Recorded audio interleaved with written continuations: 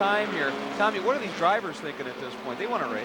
Oh yeah, they're antsy, and 19 laps is short enough. When you eat up a few with yellows, you know, they have settled in. They've gotten a few laps under their belt, so they at least know where what their car's like. There's no uncertainty in that regard. But they want to drop the rag. They want to go racing. So an interesting thing about Jacques Lazier, last year he came from 27. This year his job was much simpler. He only had to get by one car, but that's often easier said than done. The race has unfolded kind of in his favor, obviously. Now at this point, he's just got to just kind of go with it. All right, well, we're going to go with it as well, obviously. We're looking for a green shortly. We'll be right back.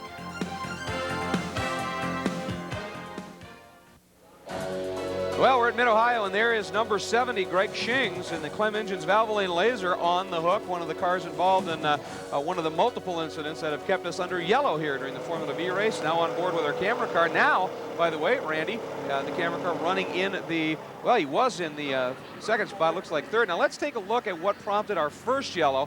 This is coming through turn one, Tommy. Yeah, you can see that car even way ahead. Everyone's getting crossed up on the concrete there. The yellow car gets it broadside. The one guy behind him nowhere to go. I'm not even sure he hits him that hard. He almost gets it stopped, but then everybody else has to take to the grass. A couple guys, you know, one guy just nicks the gravel here. The most unfortunate bystander was in the blue. These other two cats just bomb right through the gravel. Again, you just keep your foot buried, hoping you make it through the gravel. That was 88 Mark Richardson parked in the gravel. Now here's what prompted the second one. Big hit coming up right here. Yeah, Dave Beck, as she pulls out, doesn't see that car, does a big flip right here, and we're talking about how hard he hit it. If you want to see how hard we hit, watch his head right there break the side of the car off as it goes off in there. Everybody seems to be okay in that wreck, though, so we're back live and we're back green. Absolutely, and here goes Lazier. Boy, it wasted no time. Pulled out a little bit of a margin over number 6 Harris, then 76. Now Jonathan Reffner, he's the guy who qualified on pole. So Lazier wasting no time, made good on that restart. You've got to understand, a 10-car length lead's like a lap lead in any other class here in Formula V. And I was talking to Jacques 2 days ago, and these cars in the draft run almost a second a lap faster. So I would imagine these other two guys, if they can get straightened out, will draft right back up to Lazier, and you'll have kind of a classic Formula V slipstream battle. You were on board. Just watch the pass for position as 76. Reffner, the pole sitter, moved back into second spot around our camera car, Harris. Now the question is, can Reffner, right there, the black car in second, can he chase down the leader? Good battle right there. That is 77 Kearney, 4th, 5th, and 6th, working their way up over the jump and down into turn 11. Even though they're a little bit behind the lead group of 3, this is a great race. Again, you know, like I said, these guys do what's actually called bump drafting, where they will come up, the car behind, benefit of the draft in front will pick up some extra speed. He'll just slam the car in front of him. They got plates on the gearboxes for that, and it imparts all that energy to the car in front, knocks them ahead, then they catch back up. And they do this. You can't do it in the corners, but the good guys can do it. There's car 12. That looks like that wasn't turn 1 either. That's in the S's. That's in turn 7. Pierre Desjardins from Clearwater, Florida. He's just, you know, again, gathered it back up. Without a yellow, his day is just about done. Yep, he's well back. Let's watch what happened here. Just got it loose, looks like. Yeah, he overcorrected. He caught the first slide, but got a little too much lock in. Got it off to the left. He's going to hit the tires. Not too. Oh, it doesn't hit him at all. I was going to say these cars are pretty stout. Put it in gear, but you know, he's lost contact with the pack. And as we said, the draft is everything in Formula V. Yeah, he's well back, and as you said, nobody to work with at this stage. His day just became a pretty long day. Back on board. Now in third spot once again, Randy Harris, that 94 vintage Mysterian, having a good run. He's dropped back a little bit, Dorsey. Well, he really hasn't dropped back. He doesn't have a drafting partner. As you see, the two up front are running nose to tail, and that makes him faster, like Tommy was talking about. They might be bump drafting, and that'll give them another almost full second a lap. What he would like to see is more of that, more of the racing side by side, because that'll let Randy get the momentum out and catch back up again. Yeah, Lazier had the lead, but Reffner, after he had slipped back a little bit, the pole sitter is showing that speed that he had in qualifying. He has reeled him back in a hurry. It's pretty clear Lazier lost everything he gains on that big straightaway, and through the twisty bits, he's taken a real wide line. He's pretty confident in the speed, leaving the inside wide open, but that's what's allowed him to sneak away. And I say sneak away, it's only a car length and a half. Behind all these wolves behind him. Currently lost the spot on the restart, and now has his hands full with about 4 cars behind him. There's a long way yet to go here. I wouldn't be surprised if we have a 7 or 8 car chain before this is all over. Well, no question. Kearney, number 77, right there in 5th, followed by that pack of cars. as he had actually number 2 had snuck by Howard Landon and moved around him.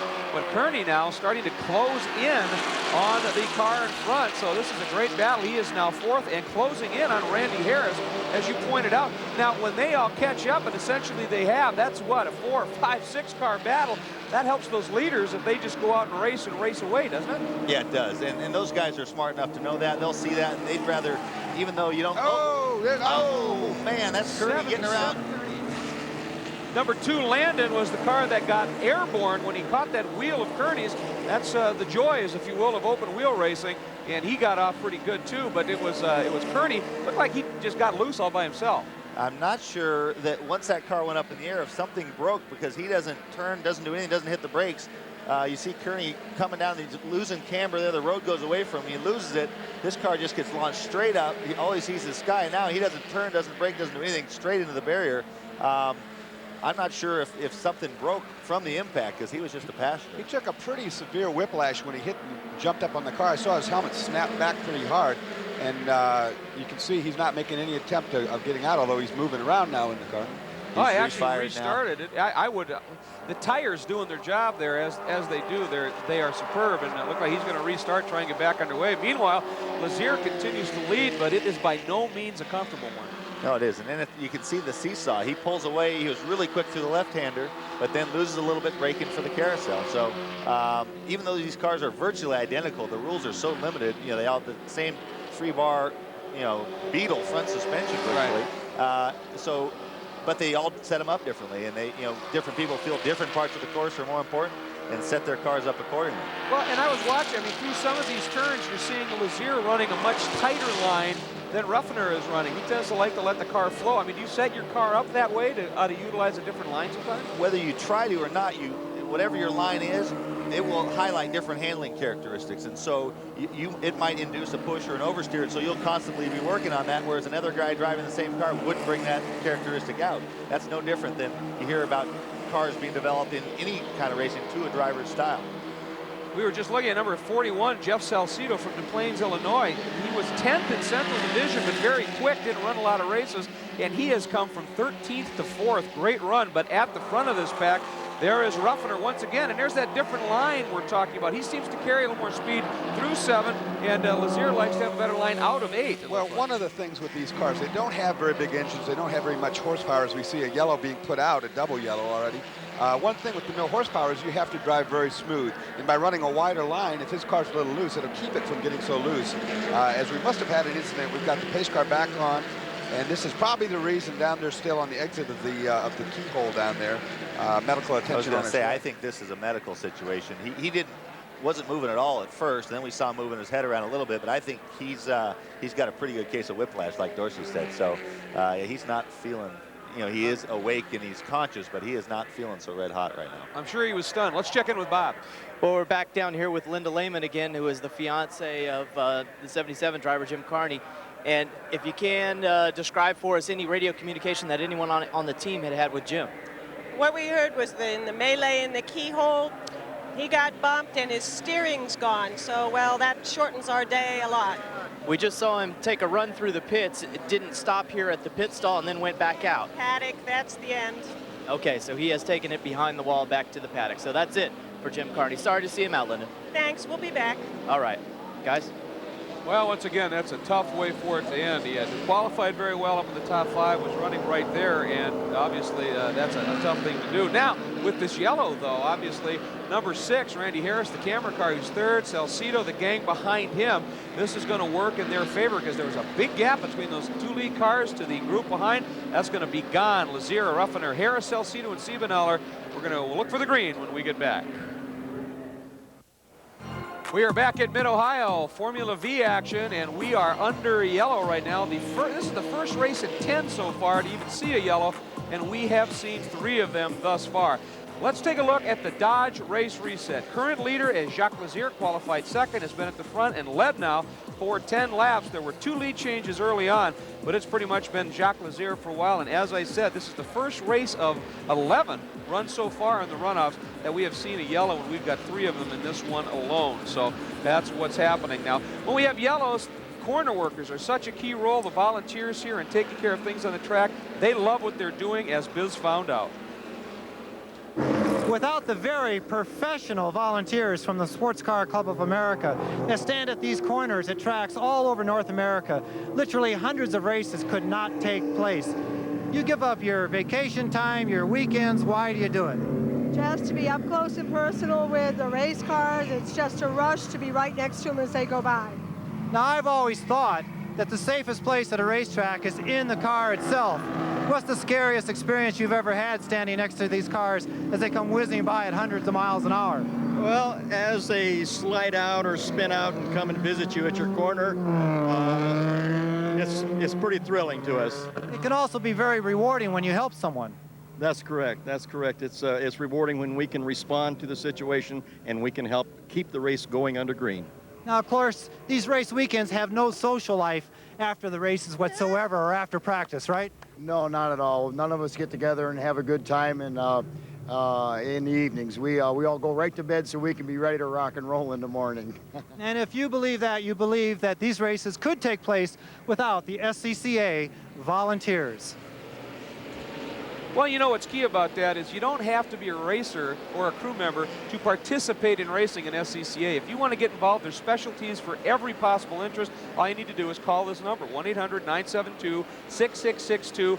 Ask, that's the membership number, and they will fill you in. It is unbelievably cheap to become a member of SCCA and incredibly fulfilling. I'm a member of it. Bizignano's been a member for over 30 years, and I mean that's how intense it is. Once you get hooked into it, you are truly hooked into the club. That's what it's about. Club is the key word there. I've only been in it for 28 years, so I can't say anything. I guess Biz has got me whipped on that deal. Biz has got you topped off. Well, hey, what can we say? But again, it is very fulfilling. Another thing you can do, by the way, is if you're into computers, check out SCCA.com on the World Wide Web. Biz? I just want you guys to know that I joined the club when I was only 8 years old. Okay, and I also have Robert Haas, the crew chief of number 6. Now, you told me a little while ago your man was in 2nd place. Now he's back to 3rd. This yellow flag has been good for him. That's right. Yeah, we've lost a cylinder out there. It's intermittent. I believe we've probably got a valve seat that's cracked in the motor. The best thing that could happen would be for this to stay yellow. We're on the podium right now. The car is still very fast in the turns. Randy's got this track down very well. It's just a matter of staying alive until the sprint happens at the end of the race. I believe that the motor right now will turn 6,000 RPM. That will not do us any good on the back straight, but the rest of the track, we're still pulling quite well. So it's just a matter of the cards are on our side, we'll still be there at the end. That's our only hope. Well, the hope is that the yellow flag continues, guys. Well, and again, I mean, as I said, first one we've seen with yellows, and out of 19 laps total, 16 have been run, 12 of them at this point under yellow. Now, during the racing, you want your momentum in these cars to stay alive, Doris. We talked about it before, bump drafting. Watch the second car in line here. Watch the helmet on the car, the driver, number 8. He's going to get hit from behind right here. Bam, right there. That just propelled him about 5 miles an hour faster, and it will draw the 11 car and the 66 car up to that same speed. It's a way of going, like I said, a second lap faster, but mile per hour, you're looking at maybe up to 10 mile per hour gain by bumping along like that. Well, and we were watching them in qualifying. They come out of the keyhole, and you'd see 2 of them, and they do that, and then the one would just lock right on behind and shove them down that straight. The physics behind that is the car behind has less drag, and so he's able to catch back up even after he knocks the car in front. You've got twice the horsepower and only 1 3/4 times the drag or something like that. The only exception where that won't happen, on the last lap, instead of hitting him, he's going to pull out and go around. All right, here is our top 5. It's Lazier leading over Ruffner, then Harris, then Salcido, and then Roger Siebenthaler having a very strong run as well. He was in the qualifying or back in 16th. He's the champion in the Northeastern Division, up into 5th in his Mysterian. A great run. So we're getting ready. Well, the indication is we're expecting a green this time by. And again, it's all bunched up. Perhaps the car to really keep an eye on is that number 6, our camera car of Harris, not running on all 4. Well, he said they might have a cracked valve seat, which means it's going to lose compression through there. He needs a little bump draft to get him down that straightaway, apparently. The crew chief said that he thought it would run 6,000 RPM, which isn't very strong down the straight, but it's enough to get it through the corners probably pretty well. In the straightaway, that car's going to be pretty lame. Bobby Gerald. We're once again down here with Jacques Lazier's fiance, Angelique. And Angelique, what do you think now? We've got a couple of laps left in this one. Can you make it 2 in a row? Oh, no doubt. I have no doubt. In fact, maybe we'll take it for 3 next year. All right, he'll be back. All right. Very good. Very good. All right. They're keeping an eye. Well, Bobby, it's our understanding here that they're going to get the green and white together this time, where we might be seeing a checker at the end of this next lap, but we're going to get the green first. 34 Lazier really working those tires. Well, it looks like they got sticker rubber on there. They don't. You see those little yellow things? Those are leaves that are falling out of the trees, and they're sticking to the hot rubber. And that's Jock trying to get rid of that stuff before they go green here. Oh, and he ran up, got by the pace car for pit in, and number 76, Ruffner, staying right with him. And here's the gang of them as they come through the carousel. Look at that, Ruffner timed it beautifully, got to the inside, almost a bump there. Ruffner inside, Lazier outside, Ruffner takes the lead. That could, I mean, I don't know with the passing the pace car, if that distracted Jacques a little bit, didn't quite time things right. He's coming back. You're going to see it all happen on the back straightaway. There's a pretty good shot up the tailpipe right there from Jacques. But again, this is where the race is going to be run, right down the back straightaway. You might see the lead change twice. The launch out of this keyhole could be key, Dorsey. It could be key. Oh, it's not good for Lazier as he goes too far wide off into the grass around the outside of the speed bump. That will lose him position and maybe the draft for the lead. And the other thing I was about to say is there's no guarantee there wouldn't be a penalty for passing the pace car either. So there could be a lot more to this than what we're seeing. A lot of shuffling going on for 5th place right now. Interestingly, if there's a penalty, you think it would have to go to him and Ruffner, because Ruffner went right with him. There's that gang heading in to turn number 7 into the S's, and it is a block. Oh, look at that move to the inside for 3rd, side by side. Didn't get it done. Incredible action. There's Lazier sitting in 2nd, now chasing Ruffner for everything he is worth. Ruffner down through 11, heading down into Thunder Valley. Lazier, and there's that gang. That is 41 Salcido now, made his way past Harris, so he is up into 3rd, looking at a podium. But the group behind him, unbelievable racing. Yeah, and Ruffner didn't even have to play out his final strategy there. Here, Lazier's off again. That's it. He's going around this time. And here comes the pack of wolves behind him, broadside of the track. Not a great, oh, yeah, that's a good move. Get out of there. And Ruffner takes an uncontested win. What a drive. We're going to have to sort this out for 2nd through 10. Ruffner takes the win. Remarkable. You would think Salcido jumps into 2nd. Harris may have ended up with a podium anyway with that Duff engine. Unbelievable action here. Again, not a lot of laps of green, but the ones that were very exciting. And look at Ruffner, very happy indeed, and he did what he had to do. Oftentimes on a restart, the guy that is on point just gets a gap and checks out, especially in a 1-lap sprint. Ruffner did not allow that to happen, and he becomes your 1997 Formula V National Champ. We'll be back with Victory Circle festivities in a minute. Welcome back to Mid-Ohio, and it is Formula V National Championship action, and it has been decided, and that's the gentleman, number 76, the pole sitter John Ruffner, and interestingly, he led 2 laps of this race, the first one and the very last one at the checker, and he ends up with a championship. But remember now, we saw that little bit of a moment when Lazier ended up passing the pace car, as did Ruffner, and look at him. He is shaking his fist here, and I think it's because he had gapped the pace car, dropped way back, and the pace car slowed down so much. Look what happens. Exactly. The pace car is supposed to maintain a pace. It depends on how they were told at the driver's meeting. If you were allowed to let the pace car get a gap, then that's Jacques' fault. If the pace car was supposed to keep a constant speed and didn't, that's the pace car's fault. At that point, all he could do was try to brake check Ruffner behind him to equalize their speed. As it was, Ruffner kind of hung back a little bit. They bang wheels, interlock wheels for a second, and then Ruffner's on through. I tell you, that's it's kind of, they both definitely did pass that pace car before it got in there. Here's the spin out where Lazier is just too hot. He's out in the grass on the outside. He's still looking like he's going to save it, but as it comes onto the racetrack here, in fact, he did save that one, but a little further up the road here, you're going to see that it gets out from underneath him again. And that's coming up right here. Drops off into the dirt there. Thing gets crossed up, comes on the racetrack, and around she goes, and that ends his day. Yeah, he was in the dirt when he wanted to be slowing down. He couldn't slow down until he got on the asphalt, and here is the benefactor of all this, John Ruffner. And what a smart drive he had. And keep in mind, when Lazier was shaking his fist, Ruffner had backed off a little bit. He knew what was going on, and he took advantage of it. Exactly. At that point, with Lazier, what he, again, all he could do at that point was to try to control the pace. So then it's just a drag race, and chances are he's going to win that to turn 1. And Ruffner was on top of that. And as a result, there you see him, the provisional results. Ruffner takes the win over Salcido. Harris, nice job. Roger Siebenaller up from 16th to 4th, and Bob Neumeister in 5th. And interestingly, last year's race was good as we take a look at the rest of the top 10. It was a good one. There were some yellows there too. The average speed last year was 65.7 miles an hour, 63.543 miles an hour this year for number 76, Jonathan Ruffner. So there's the rest of the top 15. We're going to be back again with some Victory Circle festivities at Mid-Ohio. Welcome back to Mid-Ohio on the 34th annual running of the SEC Valvoline Runoffs, and national champion number 11 has been crowned provisionally, and it is, of course, a great drive by John Ruffner. But right now, let's check in with second place. He's with Bobby. That's right. Jeff Salcido did a fantastic job. He started 13th, ends up with a second place finish, and a big smile on your face. You're awfully happy about that. No doubt. I'll tell you, I just rode in the train there, and I just mind my own business, and everyone else took themselves out. Early on, when we were going through all them yellow pace lap or yellow flag laps, I didn't think I was going to have much chance to do any racing, and it just fell into place. And then Lazier spun here on the last lap. I can't believe I finished second, starting 13th.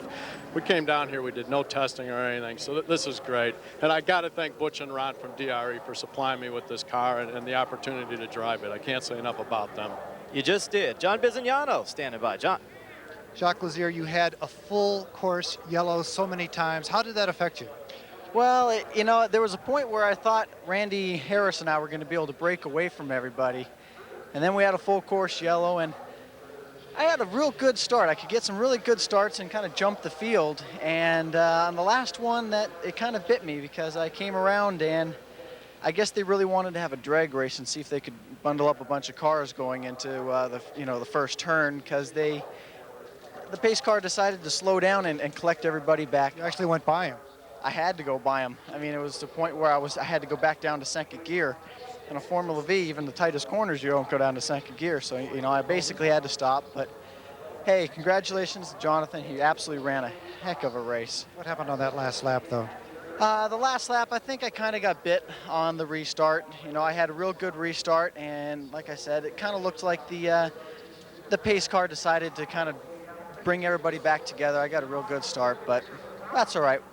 We'll get them next year, and I want to thank Peak Performance, Hoosier Tires, and Redline Oil. And you're headed back to Vail. He's headed back to the Tivoli Lodge in Vail, guys. Well, and again, we just saw in that replay, there's a little bump there as they were trying to decide things going into one. They banged wheels, and then they interlocked wheels for a second. Needless to say, last lap, no one wants to give an inch. Let's go to we're going to come right back in a few minutes. We got the winner standing by. We'll get the other half of the story on this, and stay tuned for that.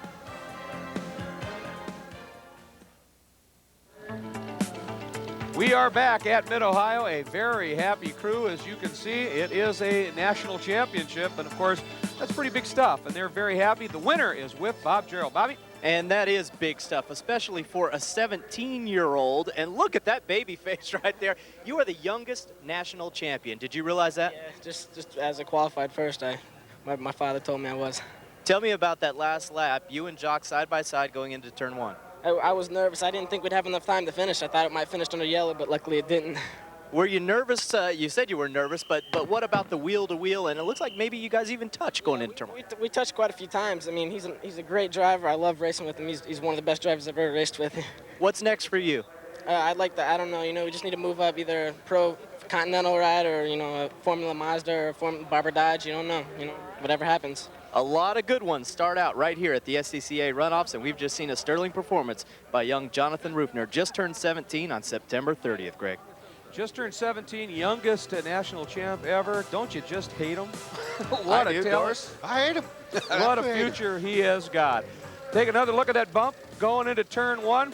That was the moment right there, and there's the deciding moment. A very happy young Mr. Ruffner takes the win. Look at him. He is elated. We'll be back at Mid-Ohio in a sec.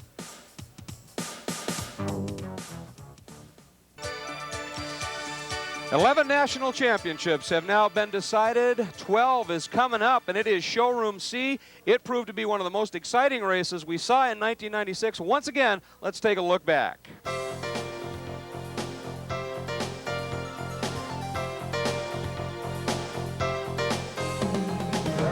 he'll get through this corner, and he's going to take home a national championship for Texas, Dorsey. Well, you can tell from his rearview mirror it didn't come as easy as it might look right now. He had to do some serious battling early on. As he comes across the line for a well-deserved win, real good battle for second coming up here. Again, we're going to watch and see what happens. Looks like it's going to go to number 0, Paul Bonacorsi, and in third, 0-2, is Kevin Adams. So once again, a great race. There were the final results from last. Things are just nuts. Let's check in with John Bizignano. Biz? Susan Ray, your husband Larry has moved from 14th on the grid right up to 7th, but he's in the middle of a huge battle. What's he saying to you? You know, he doesn't talk to me very much when he's on the in the car. He is saying that the left-hand side of the car, which is what we had trouble with on Wednesday and we missed qualifying, is not responding well, but we'll just have to keep our prayers out there. I mean, let God lead us around the track. Thank you, Susan. Dorsey, and tell me, how'd you like to be out there in that mess with some car trouble, some handling trouble? Hey, you know what, John? If Rubbin's racing, we're in the middle of a big race going on right now because everybody's leaning on everybody around this racetrack. The 8 and 32 went through 2 corners completely. I mean, Rubbin all the way around the corners, and these guys are having one heck of a battle right now. That's number 8, Gene Harrington. Number 32, the blue car, is Porter. And Harrington is known for being willing to stick a nose in and do a little rubbing. And Porter giving as good as he's getting, there's no question. Those guys were absolutely locked together coming up under from the back part of the course into turn 10. And virtually locked together, and I believe they went side by side all the way through the corner. That takes a lot of trust. You need to have the guy on the inside needs to give room to the guy on the outside, vice versa. Guy out up onto the curb. Now they're 3 wide right there. Harrington has got, you know, they're not locked together right now. He's got a little bit of a cushion. These guys need to settle in, see if they can make any sort of an impact on the guys in front of them. In the figurative sense. Exactly. They've made an impact on each other. Thought I better clarify You that. know, Gene Harrington is Scott Harrington's father, and I raced with both of those guys in Spec Racer when they first came out. You know, they're real good competitors. Gene's got a lot of experience racing, as you can see right now. Like you said, Tommy, you got to have a little trust, and you got to give just enough room so that you don't take each other out, which they haven't managed to do yet. Well, and that battle for 4th has now become a battle for 3rd as Harrington, and along with Porter and the gang following, including 42 Larry Ray, that blue and yellow hood, have caught now number 71 running in 3rd spot, Larry DeLude. And a little wide there. DeLude feeling the pressure at this stage, and Harrington is going to work him over. Gene's got to be a little careful because he leaves a gap like that too many times. We've seen it already. Porter will go right there. That's a classic battle on 2 fronts where you're trying to get by the guy in front of you, but you can't take too bold a move or the guy, you expose yourself to the guy behind. So he needs to dispose of Larry as quickly as possible, or that group behind him is going to catch up, and he's just going to have to be more worried about defending rather than making too big of a move. I think Larry Ray's planning something. There he goes. He moves to the inside. He trapped Porter. He got a good run out of the keyhole and used, I think, Harrington as a trap. Oh, look at Porter. He just stays tough around the outside. And, boy, side by side to the top of madness. Still side by side. And look at that. Ray is not about to give here. Contact. Little bump there. That forces Porter wide. Well, unbelievable. That is some real good racing. They're going to try to make it 3 wide. 4, okay, 2 rows of 2. It's like the pace lap. Both those drivers gave just enough to let that happen, and they're doing it 2 rows deep now as we're side by side through 3 corners, 2 rows deep. Well, that's 06 Tom Start, who's also, he's been very quick in club competition as well as that PPG and Neon Cup. And look at this. That is Porter now. Oh, yeah, Porter right up behind 42 Larry Ray as Ray made that pass. Behind them, 07 is Bill Verdeen. Check this out. Up from 17th on the grid, Bill Verdeen has had himself a brilliant drive so far. He currently finds himself in 7th and working over the group in front of him. And look at the pack still to come behind. Doesn't matter where you are in this type of racing. You don't just find somebody to race with, you find a lot of people to race with. Exactly. There's number 17. That's Harry Van Verst, who is the first Miata. He's up from 18th on the grid. And that car does not quite have the horsepower of the Neons, but it is a true sports car. He's going to have a tough time on this kind of a track getting by those Neons with the horsepower edge. The one thing about those guys, you saw that side-by-side racing. You hear a lot of talk in all kinds of motorsports about encouraging passing, yet the chief stewards don't want to crack down on blocking and weaving. You leave a lane, and there's somebody who's willing to fill it. And these cars, obviously, it's a little easier to go side by side in these cars than those. But the first step is having mutual respect and leaving some room like these guys are doing. Now, this is your leader right there, number 33, Neil Sapp, there second, and there's the gap back to 3rd. That continues to be number 71 Duluth, then number 8 Harrington, and then what, about 5 car lengths, and then 42 Ray, 32 Porter, 07 Verdine. Look at this! Number 17, that first Mazda, Henry Van Verst, trying to make up a little ground on the car in front of 57 Tim Connolly. Great racing. Side by side here as they come down the hill too. This is going to have to get worked out before, right? And it does, as we have a pass right there. Very good pass on the 80. Well, that's Paul Bonacorsi, again, the driver who won the championship in this class last